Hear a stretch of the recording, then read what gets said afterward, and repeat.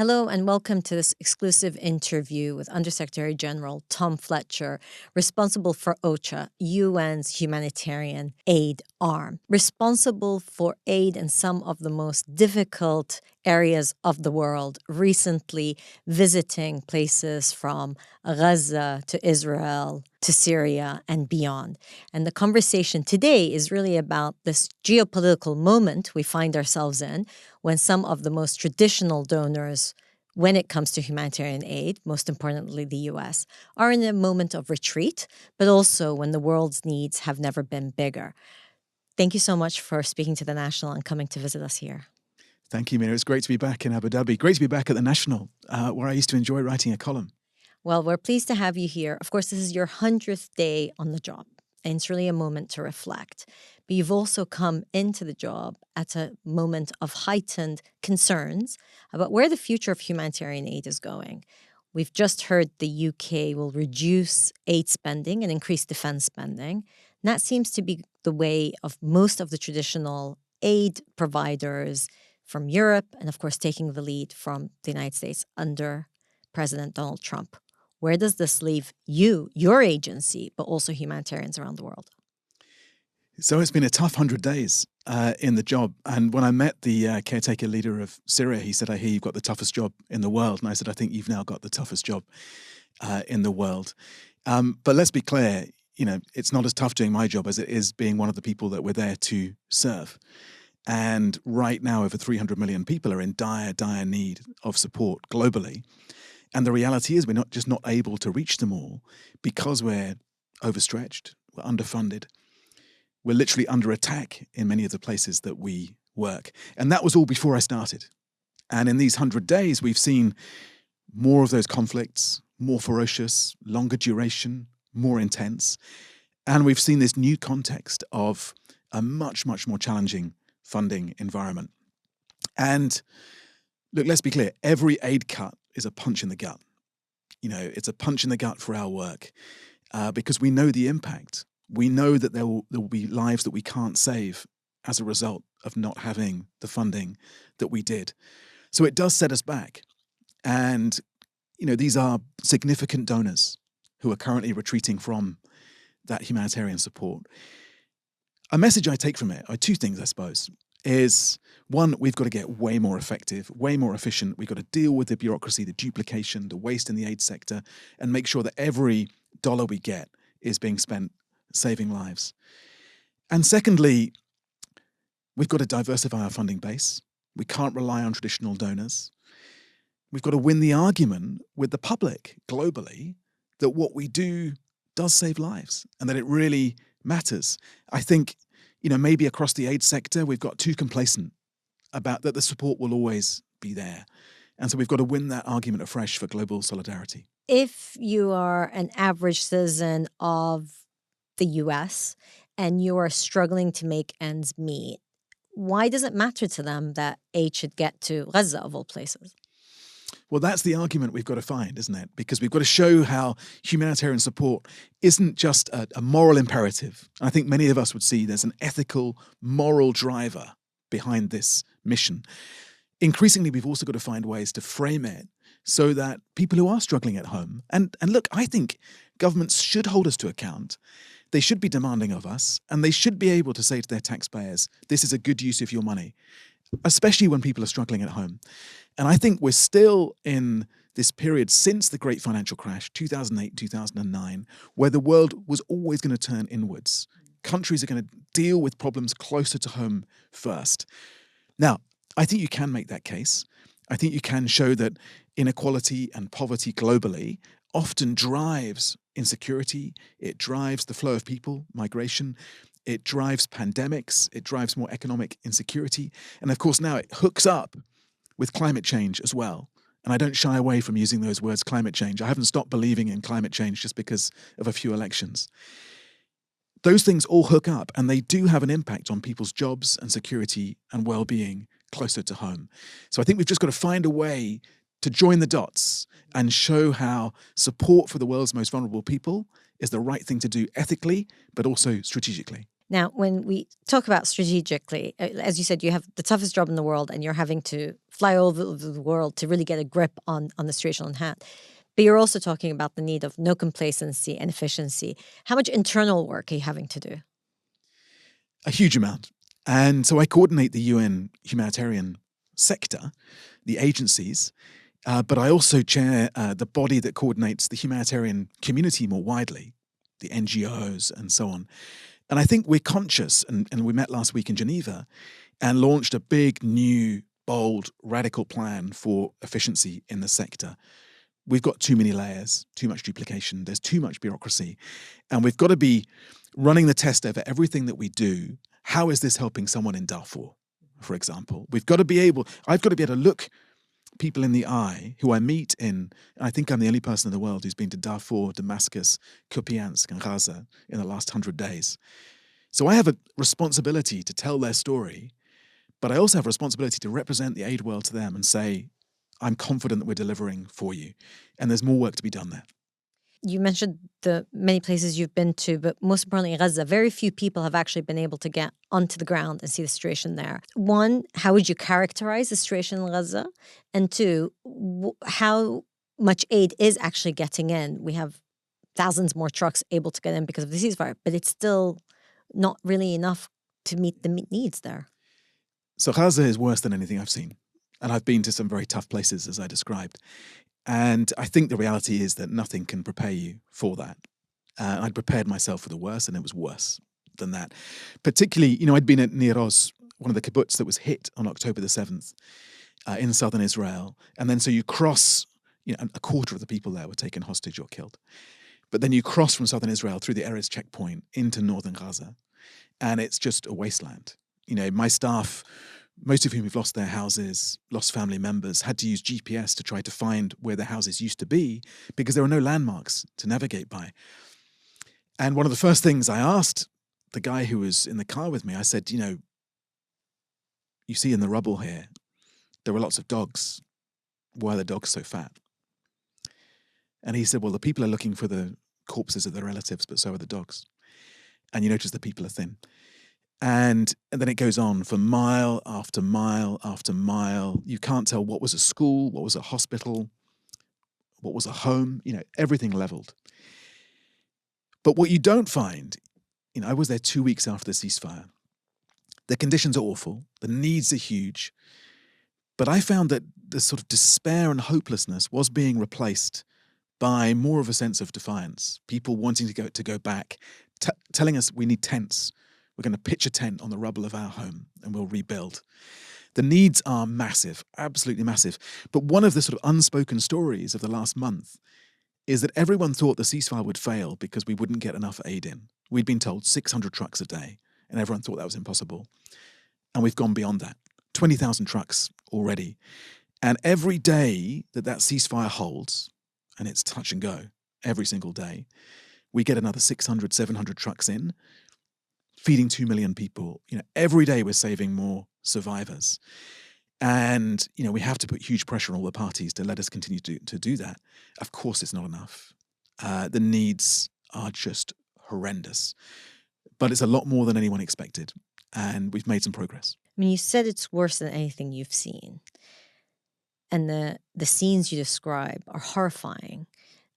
How do you see, beyond the immediate aid delivery, Gaza able to reconstitute some sort of livelihood for its people at a time when we're seeing AI-generated videos of what the President of the United States imagines what Gaza can actually look like, which is very distant from its people?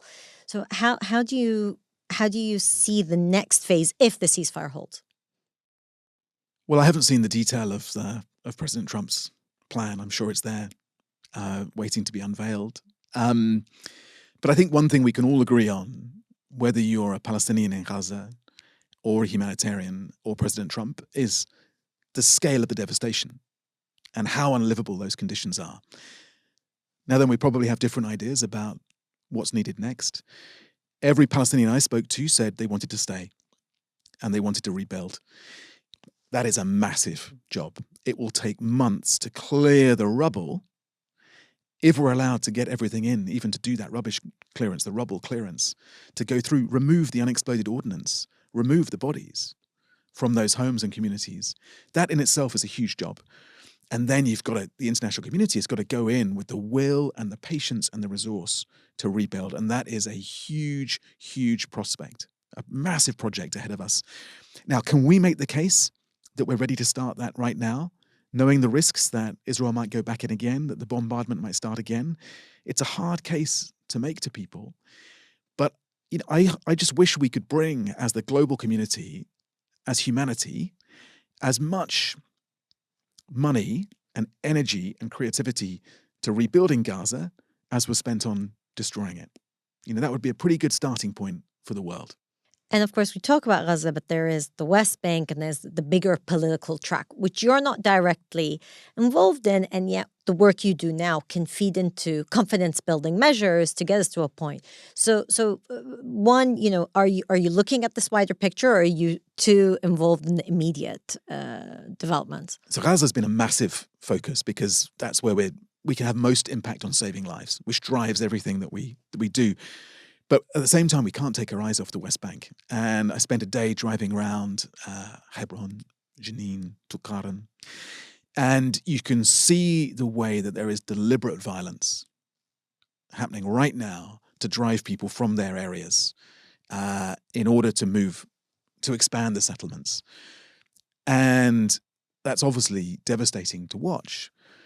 But also, I've worked on the Middle East peace process, as we used to call it, for almost 30 years now. My first job, 1994, was as a teacher in the region.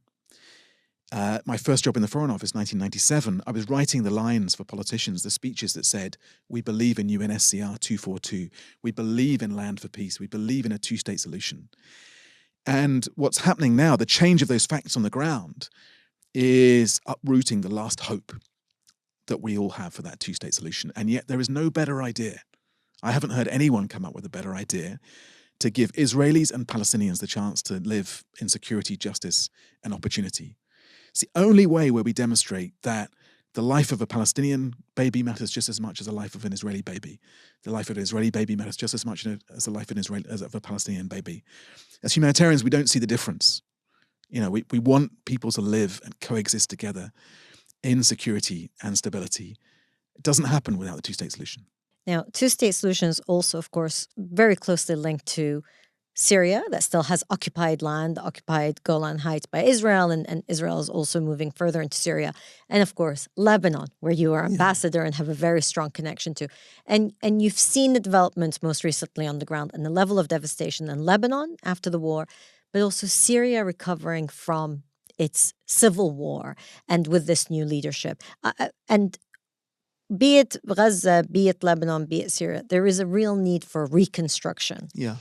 And so how do you see that reconstruction happening? But also importantly, if we can talk about Syria and that moment of, as you said, defiance, not only amongst Palestinians, but you see it also with Syrians saying, we're going to rebuild now. And they have more hope than we're seeing in many parts of the devastated parts of the Arab world. Yeah, I mean, and let's be clear, when I look around the world, it's easy to paint a very bleak picture, but it's a real moment of hope and opportunity, cautious for both Syria and Lebanon. And, having toured southern Lebanon, seen the destruction there, and having driven from the Lebanese border up to the Turkish border, all the way across Syria, at the moment at which this new administration was taking Damascus, I think the international community has to be there on the ground, supporting Syrians and Lebanese as they try to rebuild. Every Syrian I met said, I want to go home, but they've got to clear the ordnance, the unexploded bombs from my land so I can start to rebuild. And so many people in Syria, and you'll be familiar with this sort of theme, they said, we're a generous country, we're a kind country, we want to export kindness again, generosity to our neighbors, not have to rely on our neighbors.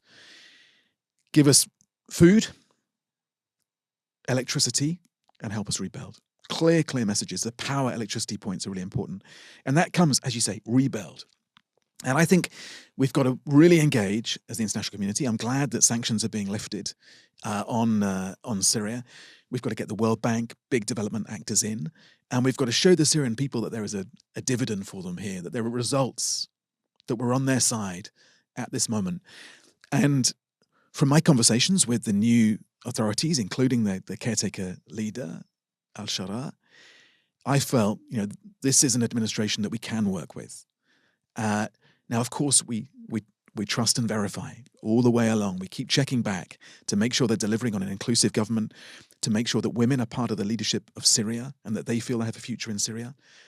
But I think we need to engage and lean in and seize this opportunity. And what's the most important factor in Syria? I mean, you spoke about food, electricity, and help us rebuild. But for you as humanitarians, what's the most important factor for you in Syria today? So a big shift since the fall of the Assad regime is that we can now get everywhere we need to get. But there's much more cooperation with the authorities. Is it perfect? No. And we're in touch with them every day, looking to improve it. But the access points are open. Millions of people on the move, clearly, in all sorts of different directions, Lebanon, Jordan, Turkey, Syria. So that creates its own challenges as people go and have a look to see if they're ready to go back. But number one challenge right now is money. The appeals are all completely underfunded. People are looking inwards, as we said earlier on. It's a time of greater introversion and nationalism. And we've got to win the case for funding these massive appeals to rebuild.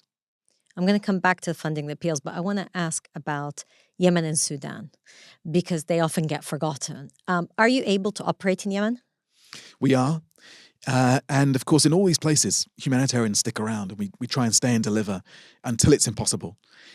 And that's tested quite hard. It's being tested right now in Yemen. If the ceasefire breaks, it will be tested again in the occupied Palestinian territory. But we are there. There are areas where we can't operate anymore because of the detentions, because people are dying in captivity, because the Houthis are making it much harder for us to operate in those areas. But we are determined to deliver where we can and save as many lives as we can. Tough conditions. Sudan, also very, very tough. It was important to me, my first week in the job, to get through the Adre crossing into Darfur and show that we can get across the lines, go through those checkpoints and be present on the ground, delivering for the people who've been most badly hit. Horrific sexual violence, millions on the move, famine conditions. We've got to get the trucks moving there, the convoys moving. We need the world to be much more generous, but we also need that access to those areas where people are in greatest danger. You spoke of the international community. Sometimes it doesn't feel like we have an international community anymore. When you're at the Munich Security Conference and you find the transatlantic relationship is strained, when you see developments, even at a UN level, where you're not sure if there can be underfunding or defunding of particular UN agencies, where we all believe that there is, this UN system that is for every nation, not a particular nation. Is there still an international community? And also, how are we going to solve the aid issue? There is still an international community because out there, everywhere I go, I meet people who feel that sense of human solidarity, who want to be part of the humanitarian movement. Now, it's not a moment to defend structures and institutions. Those are unfashionable things right now. It's not a moment to be that strategic either on issues like climate change, inequality, fighting the next pandemic, coping with the challenges, opportunities of AI. But there has to be a place where we have those conversations. And the reality is that global scaffolding that was built with such sacrifice and creativity after the Second World War, when we learnt to our cost what happens if we don't have it, it's shaky right now. It's wobbling right now. But I hear everywhere people standing up for the UN and saying, these aren't just the values of one country or one part of the world. These are our values and our institutions. And I think one silver lining to this cloud right now is that other countries will step forward and defend that international system, because they know that you can't stop climate change by building a big wall around you. You can't stop the next epidemic by just putting a bigger border gate, a bigger crossing in place. And you can't deal with these huge challenges that are coming at us already without global cooperation. So I think international solidarity is alive and well. And I think the international community needs to reform, develop, grow. It can't be static, but it's still there. And you're here in Abu Dhabi, where you had spent some time, taught, wrote, did also great diplomacy. As you're here in the UAE, one of the most generous countries, actually, when it comes to aid, what's your message here in the UAE? Well, I think it's a big moment for countries that have emerged in the last few decades as incredibly generous humanitarian donors to really own that space. But I think it's not just about the money here.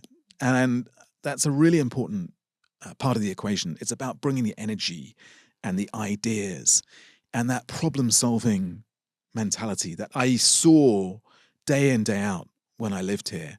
That impossible is nothing notion. We have some massive, great problems in the world to fix right now.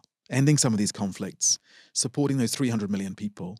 We need ingenuity. We need that tech, that spirit of innovation and partnership.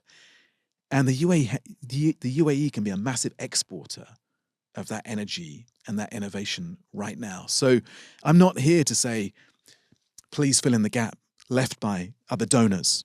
We've got an idea, please give us your money. I'm here to say, let's fix these problems together. That's great. Tom, thank you so much for your time.